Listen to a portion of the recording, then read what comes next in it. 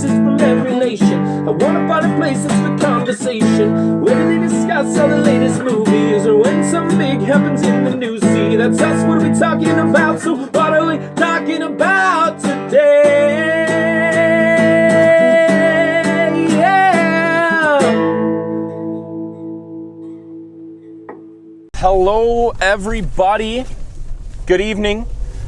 Welcome to the Carcast by What Are We Talking About? The only podcast that starts as a video podcast and slowly becomes an audio podcast as the sun sets. I mean, today it's kind of probably an audio-only podcast. I don't know how well you guys can see me right now, seeing as how it's just foggy as shit. Also, as the winter goes on, it will become less and less of a video podcast because probably within a couple weeks, the sun will be set by the time I'm done work. So, yeah, man. But anyways, welcome to the podcast, to the Carcast, I should say, where we discuss anything, everything, and everything. And the first thing I want to talk about is, over the weekend, there was a bit of a falling out between me and somebody that used to be quite a good friend of mine. Just some, drama that happened, and we ended up, maybe not amicably, but we are no longer friends. And this person used to be a partner of mine with Evil Empire Productions. Not a full partner, but he was helping me out. I was helping him out. So in a way, it was a partnership.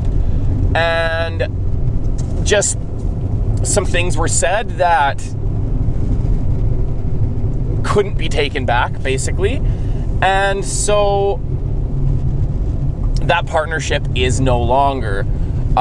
So the YouTube channel CRWF News, or I think is how it, used to be a part of Evil Empire Productions. It is no longer a part. And I just wanted to say, I wish you, to the person who I'm referring to, they know who they are, I wish you good luck in your future endeavors. I don't, there's no hard feelings, even though, even with the stuff that you said, there's no hard feelings because the thing is, it's in the past now, and honestly, it doesn't affect me really that much. I'm still gonna go on living the way that I have been living, because the thing is, this person has made some appearances on the show before, and they were less than stellar appearances, and they haven't been on the show for months and months because of those less than stellar appearances. And this has just been slowly happening over time, and now finally all of the cumulative events have it all accumulated over the weekend, basically, and now there's a separation. So that person will no longer be showing up on this podcast or on any of the other programs of What Are We Talking About, and that channel will no longer be a part of Evil Empire Productions. It's the way things go, and like I said, hopefully you figure things out, man, and hopefully you figure out, hopefully you just figure things out and get your life back on track. I have high hopes for you, and I hope that you manage to do it. But anyways, on to some less depressing news. What? I don't even fucking know. Let me just take a quick peek. Oh, that's right. So, over the weekend, I don't know what day, Saturday, I think, I bought the Collector's Edition Star Wars The Force Awakens 3D extravaganza, whatever it's called. Probably just the Star Wars Episode 7 Collector's Edition. But anyways, checked it out.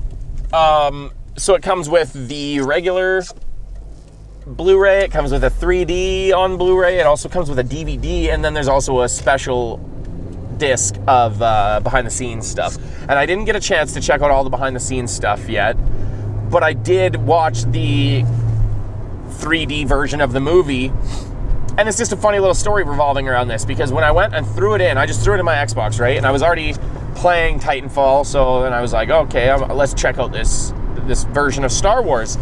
And so I threw it in there, and it just didn't seem like it was 3D.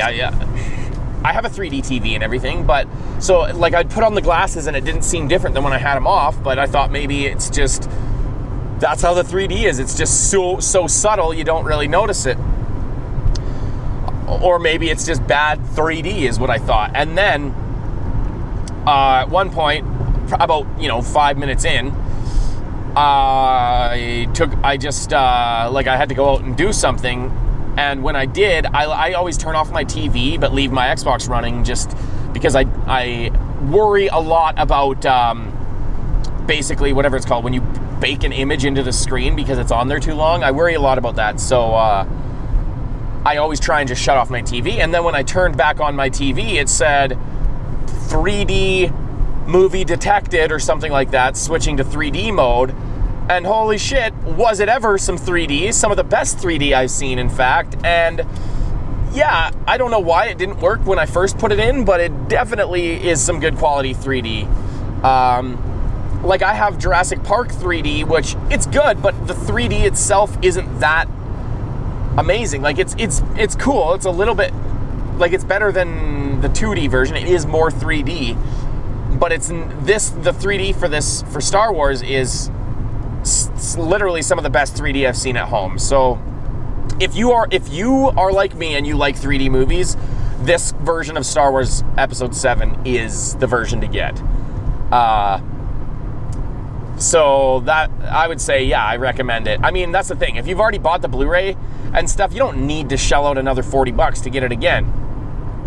The reason why I did was because of all the extra content and the 3D version, which I love 3D movies, so that would be why that would be the case. And I just said that would be. But anyways, yeah, man.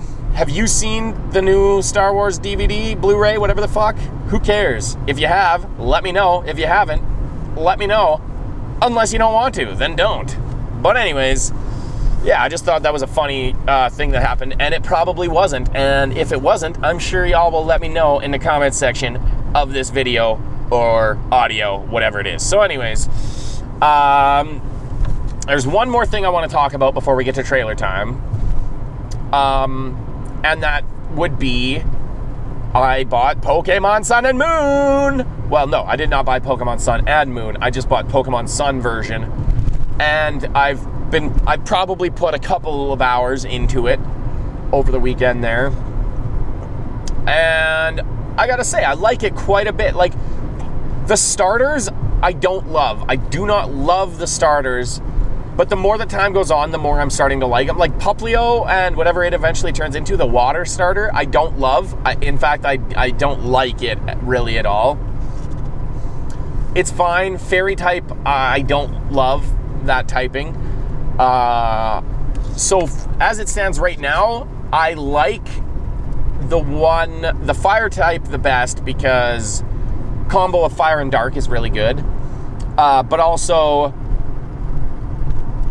because his final form is basically a giant humanoid tiger that fucking it looks like a WWE wrestler, and his Z move is basically the 5-star frog splash like RVD used to do, or maybe still does. I haven't watched wrestling in a long time, but yeah. So overall, he's what I like the best. But a very close second is the owl. I don't remember all of his names, but it's cool because the third evolution of that grass starter drops the flying type and adds ghost type. So this is the first ghost type starter that we've ever seen in any Pokemon game, which is very interesting. And I didn't realize that before getting the game, actually. I still went with the fire ghost type, fire dark type, just because I usually go with fire on my first go around with the game, and there's no way I'm not going to do multiple go arounds. So far I'm loving it. I think the coolest part of this game is that it feels like you're actually exploring somewhere that could be real. Just in all the other Pokemon games, the size ratios were extremely off. But in this game, it's the closest to reality they've done, and like the town layouts actually make sense as that it would be a real town and that kind of thing. So far, it's really cool. I'm still only on the first island, but yeah, I can't wait to play more of the game. And I'd love to know your guys' thoughts. If you have played either Sun or Moon version, what's your favorite starter of the three? And have you been enjoying the game yet? And do you think this is going to be, how do you think this will rank with the other Pokemon games? I personally think it's right up there. The new additions that they've done are enough, and the visual aesthetic is advanced enough that I think that this is one of the better ones. Right now, my number 1 and number 2 Pokemon games are probably like first generation and second generation, but that also might be a lot of nostalgia talking. Actually, I don't know. I do love first generation, but the reboot of the first generation, or re-release, whatever, like Fire Red and Leaf Green, I really enjoy those versions of it because it is that updated style, and it's not an 8-bit Game Boy game, it's a Game Boy Advance game. And so it is a little bit better, but that's the thing, it loses some of the charm of the original. And Pokemon Red is the game that I had as a kid and that I've had the longest. I still have my original Pokemon Red. So yeah, I'm loving this game so far, but who knows? That might change. We'll have to see. Like I said, I'm not very far into it. What is next? Oh yes, it's trailer time. Trailer time. Apparently that's now the theme song. That'll probably change, seeing as how I just fucking made it up on the fly right now. But anyways, the first trailer I would like to talk about is kind of a little bit of a surprise to me.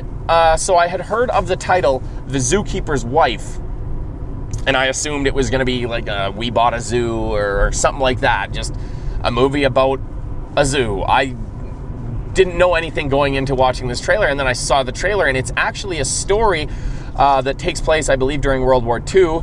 And basically the zookeeper's wife is hiding, I think, Jewish people in the zoo and whatnot, hiding them from Nazis, because I believe she's Polish. They're in Poland.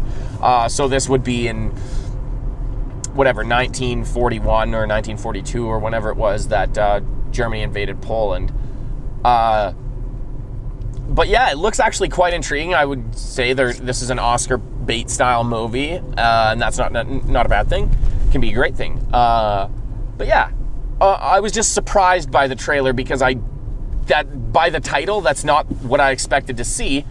So I'm a little bit intrigued to see the movie. Who knows? Maybe the other next few trailers will make me not want to see the movie. It's too early to tell. But have you seen that trailer? And if so, let me know what you thought of the Zookeeper's Wife trailer, starring Jessica Chastain. And the other trailer is the biggest surprise that I want to talk about it, and that is Cars 3. What? Cars 3. So Cars 1, great. One of my favorite Pixar movies. Cars 2, awful. Probably the worst Pixar movie.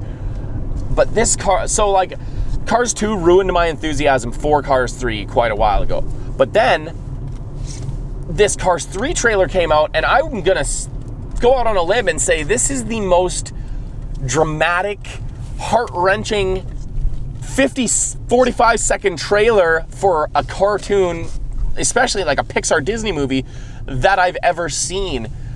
And it helps that I know the character, right? Like, because this is the third one and I know what the main character of Lightning McQueen has gone through, then it adds an impact to the story.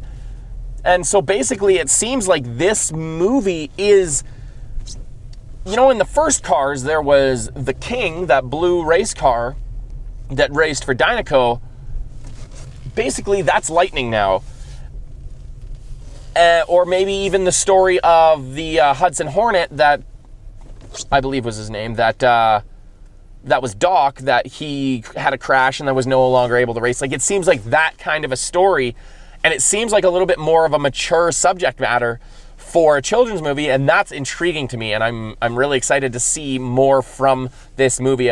And if the second trailer does what I hope it does after seeing this first one, then I probably won't watch more trailers after that, because it will have me convinced. If the next trailer does what the first one did, it will have me convinced that I'm going to see this movie. So who knows? It's interesting. Have you seen this new teaser for Cars 3? I'm really curious to know what other people thought about it, because I did really love the first Cars movie. It was honestly, it's been one of my favorite Pixar movies. I'd have to go back and rewatch all of them now to re-rank them, but like, it was one of my favorites for a long time. In fact, when I was a kid in hockey, I tried to get people to call me Lightning McLean because of Lightning McQueen. But anyways, yeah, so let me know your thoughts in the comments section of this video. This is a bit of a shorter podcast, I think. 15 minutes so far. But I'm pretty much done now. I just wanted to let you guys know my reading, watching, or playing. I only have like 2 hours left in whatever it's called, Aftermath. Honestly, it's kind of hard to get through. There's some stuff in it that makes me sad that it's now canon, but it is canon. So just like the prequels, you might as well know it, right? Like, if it's real in universe, it's important. So also, I want to talk a bit about the Boba Fett thing. People claim that there's the mention of basically that Boba Fett got out of the Sarlacc pit in this movie, and that could not be more untrue. They at one point mention that there is dented and pocked and a little bit scarred up Mandalorian armor, but that's it. They never say how it got scarred or anything. Like, basically people are assuming, oh, that must be Boba Fett's armor and he must have got out of the Sarlacc pit in order for that armor to be there. But there's no confirmation of that. I mean, who knows? It could be possible, but it could not be. But I just wanted to put that out there because people are saying that it's true that Boba Fett's back. We still don't know. Who knows?